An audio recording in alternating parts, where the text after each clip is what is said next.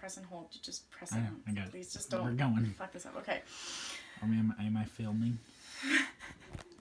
Yeah. Stories of underpaid and poorly treated single moms in low-level jobs dot article after article, leaving the reader cheering for a raise in the minimum wage. The facts, however, tell a different story. The story of an aspiring teen about to enter the world on their own, getting laid off because their employer couldn't pay them the raised minimum wage. The story of a devastated business owner closing the doors of their dream business because they had to raise their prices to accommodate the minimum wage and just lost too many customers. These are the stories of people left not slightly underpaid, but jobless. Raising the minimum wage will eliminate the jobs of people who need them the most. It will hurt small businesses and devalue hard work and motivation. But let's start with how raising the minimum wage will eliminate jobs. Economists have extensively studied how changes in wages affect employers' demand for labor.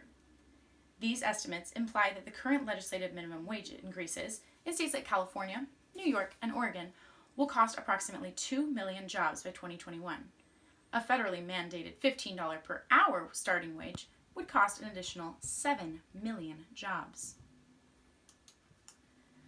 Now, raising the minimum wage increases the competition for entry-level jobs.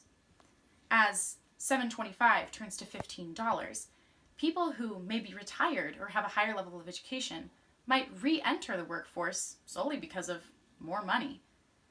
The fact that they have more education and this increased competition will squeeze out the young and disadvantaged, who are the ones who need the money and experience the most. By cutting out those without the experience to save money, the inexperienced workers will never gain the traits needed for a new higher level job, therefore putting them at a career standstill with no income and a significant disadvantage to their peers. The increased minimum wage isn't just hard on employees, though. Small businesses will be massively affected as well. According to Small Business Administration, small businesses create 75% of new jobs in our economy and account for 99% of all U.S. business. The current national minimum wage of $7.25 an hour is $7.25 an hour, but the proposed is $15, which is over double that. This means, for the sake of consistency, businesses are going to have to double the wages of all of their employees to keep them proportional. Imagine working in a restaurant where suddenly the dishwasher is paid $15 an hour. Now, you can't have the chef be also paying $15 an hour because it's not fair. If one doubles, the other must double too. Consider a business with 7 minimum wage workers. Doubling those wages will cost a small business owner an extra $122,000 per year. To cover those expenses, a business operating on a typical 10% profit margin would have to boost annual sales by $1.2 million, a near impossibility for most small businesses.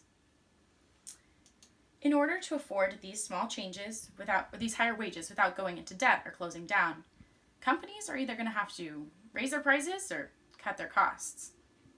Raising prices won't work because a basic principle in economics is that when prices go up, buying goes down. They can also cut costs by laying people off and cutting hours, reducing benefits, etc., all of which are really bad for employee morale.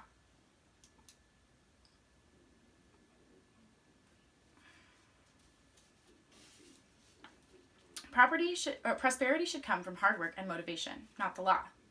96% of American workers today earn wages higher than the current minimum wage. This is because businesses don't want to lose their workers to their competitors, so they pay their employees more voluntarily as they gain more experience to entice them to stay for longer and learn more. In this way, the hardest working people in the company are paid the most, and those who don't create value for the company are paid accordingly. But what happens when a business can't afford to reward their best employees with higher wages? Suddenly, they can't afford to incentivize their best people with a raise. Those excellent workers will become unmotivated. If they're being paid the same amount as a person who hardly works, why should they work any harder? The minimum wage devalues hard work and motivation, and therefore indirectly promoting poverty. we will have to continue raising the minimum wage and try and solve the problem the minimum wage is causing in the first place. The fact of the matter is that throwing money at the problem of poverty isn't going to make it go away, but it is leaving people more impoverished. Young workers are being laid off. Small businesses are being hurt.